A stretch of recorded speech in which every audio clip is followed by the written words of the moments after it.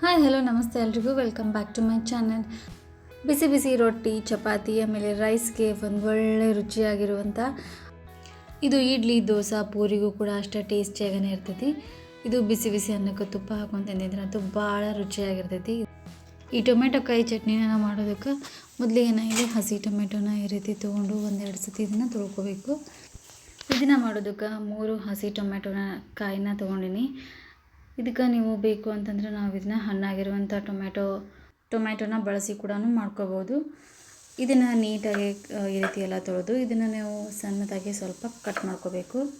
ಇದನ್ನೇನು ಜಾಸ್ತಿ ಸಣ್ಣದಾಗಿ ಕಟ್ ಮಾಡ್ಕೊಳ್ಳೋ ಅವಶ್ಯಕತೆ ಇರೋದಿಲ್ಲ. ಮೀಡಿಯಮ್ ಒಳಗೆ ಇದನ್ನ ಕಟ್ ಮಾಡ್ಕೋಬೇಕು. ಇದನ್ನು ಹುರಿಯೋದಕ್ಕೆ ಬರಬೇಕು, ಆ ರೀತಿ ಇದನ್ನು ಸ್ವಲ್ಪ ಸಣ್ಣದಾಗಿ ಕಟ್ ಮಾಡ್ಕೋಬೇಕು.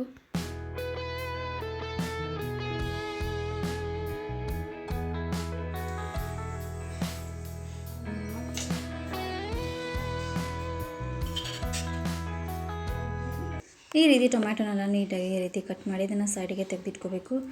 ಈಗ ಒಂದು ತವಾ ಒಳಗೆ ನಾನು ಇಲ್ಲಿ ಒಂದು ಎರಡು ಸ್ಪೂನಷ್ಟು ಆಯಿಲ್ನ ಹಾಕಿ ಆಯಿಲ್ ಸ್ವಲ್ಪ ಬಿಸಿ ಆದ ನಂತರ ಇದಕ್ಕೆ ನಾನು ಇಲ್ಲಿ ಕಟ್ ಮಾಡಿಟ್ಕೊಂಡಿರೋಂಥ ಒಂದು ಈರುಳ್ಳಿನ ಸೇರಿಸ್ಕೊಳ್ತೀನಿ.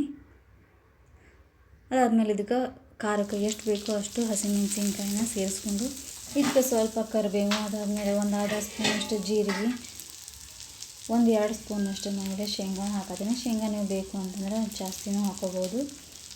ಇದೆಲ್ಲನೂ ಹಾಕಿ ಇದನ್ನು ನಾವು ಸ್ವಲ್ಪ ಹೊತ್ತು ಈರುಳ್ಳಿ ಸ್ವಲ್ಪ ಕೆಂಪಗಾಗಬೇಕು, ಚೆನ್ನಾಗಿ ಫ್ರೈ ಆಗಬೇಕು.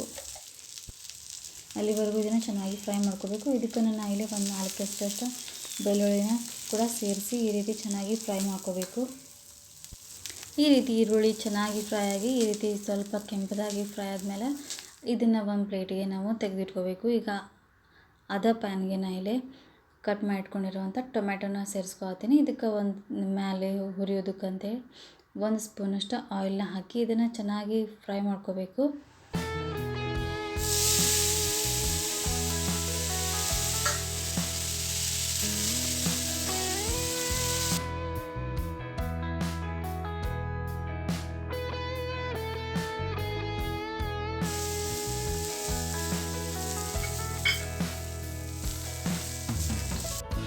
ಈ ರೀತಿ ಟೊಮೆಟೊ ಚೆನ್ನಾಗಿ ಫ್ರೈ ಆಗಿ ಕಲರೆಲ್ಲ ಚೇಂಜ್ ಆದಮೇಲೆ ಇವಾಗ ಅದಕ್ಕೆ ನಾನು ಇಲ್ಲಿ ಒಂದು ಸ್ಪೂನಷ್ಟು ಎಳ್ಳನ್ನು ಹಾಕ್ಕೊಳತ್ತೀನಿ. ಅದಾದಮೇಲೆ ಒಂದು ಸ್ವಲ್ಪ ಕಟ್ ಮಾಡ್ಕೊಂಡಿರುವಂಥ ಕೊತ್ತಂಬರಿನ ಸೇರಿಸ್ಕೊಳತ್ತೀನಿ. ಇದೆಲ್ಲನೂ ಸೇರಿಸಿ ಇದೇ ರೀತಿ ಒಂದು ಸತಿ ಚೆನ್ನಾಗಿ ಮಿಕ್ಸ್ ಮಾಡಿದ್ಮೇಲೆ ಇದನ್ನೇನು ಜಾಸ್ತಿ ಹೊತ್ತು ಹುರ್ಕೊಳ್ಳೋ ಅವಶ್ಯಕತೆ ಇರೋದಿಲ್ಲ. ಇವಾಗ ಇದನ್ನು ಕೂಡ ನಾವು ಈರುಳ್ಳಿನ ಹುರಿದು ತೆಗೆದಿಟ್ಕೊಂಡಿರುವಂಥ ಪ್ಲೇಟ್ ಒಳಗೆ ಇದನ್ನು ಕೂಡ ನಾವು ತೆಗೆದಿಟ್ಕೊಂಡು ಇದನ್ನು ಕಂಪ್ಲೀಟಾಗಿ ಸ್ವಲ್ಪ ಹೊತ್ತು ಕೂಲ್ ಆಗೋದಕ್ಕೆ ಬಿಡಬೇಕು.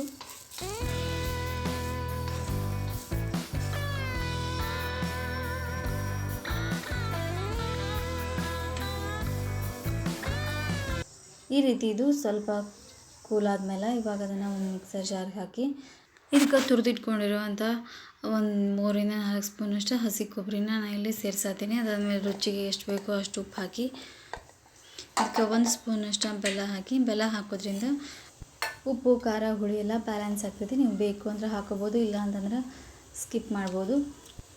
ಇದನ್ನು ತರಿಯಾಗೋ ಕೂಡ ರುಬ್ಕೋಬೋದು, ಇಲ್ಲ ಸ್ಮೂತಾಗಿನೂ ಕೂಡ ರುಬ್ಕೋಬೋದು.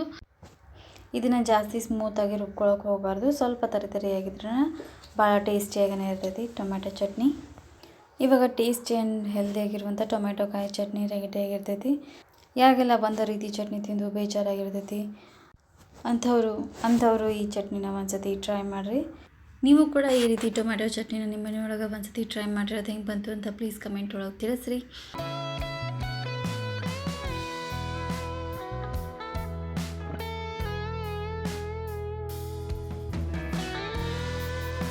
ಈ ಒಂದು ರೆಸಿಪಿ ವಿಡಿಯೋ ನಿಮಗೇನಾದರೂ ಇಷ್ಟ ಆಗಿತ್ತು ಅಂದರೆ ಪ್ಲೀಸ್ ಒಂದು ಲೈಕ್ ಮಾಡಿರಿ. ನಿಮ್ಮ ಫ್ರೆಂಡ್ಸ್ ಆ್ಯಂಡ್ ಫ್ಯಾಮಿಲಿಗೂ ಕೂಡ ಶೇರ್ ಮಾಡಿರಿ.